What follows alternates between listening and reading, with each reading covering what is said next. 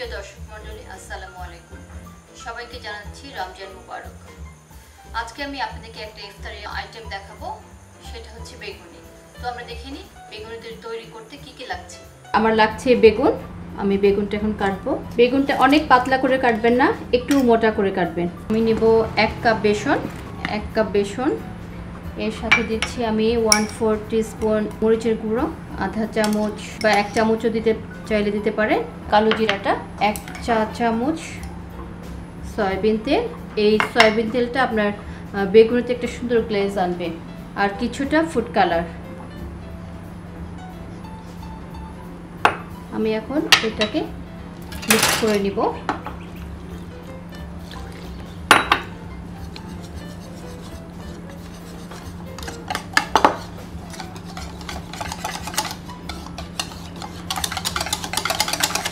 আমি এখন লবণটা অ্যাড করছি। আমি এখন 1/2 টিস্পুন দিব, পরে আমি টেস্ট অনুযায়ী আমার আরও লাগলে আমি আরেকটু দেব।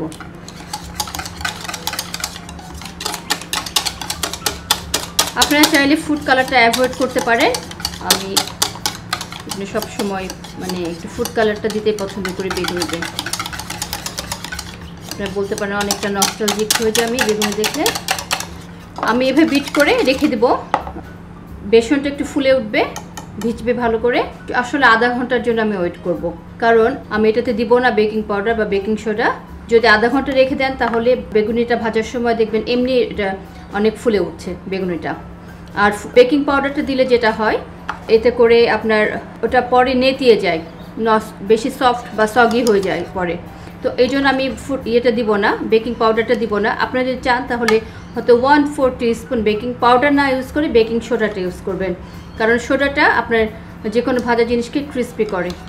আর বেসনটা অনেক ঘন হয়েছে, একটু ঘন করতে হবে। আমাদের তেলটা যথেষ্ট গরম হয়ে গেছে, তাও একটু টেস্ট করে নিচ্ছি।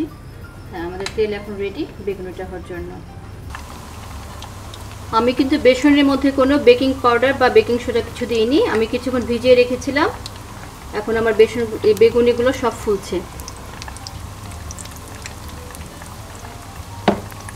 ইফতারের সময় যদি কারো খুব তাড়াহুড়া থাকে তাহলে আপনারা ইন দ্যাট কেস একটু বেকিং সোডা দিতে পারেন। আর একটু সময় নিয়ে যদি করেন তাহলে আধা ঘন্টা আগে একটু ভিজিয়ে রাখবেন।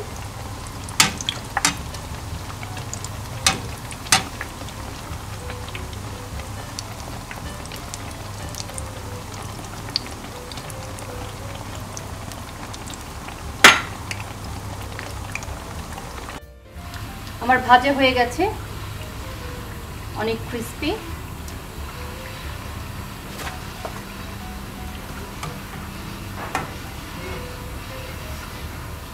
আমি আপনাদেরকে একটা ভেঙে দেখাবো।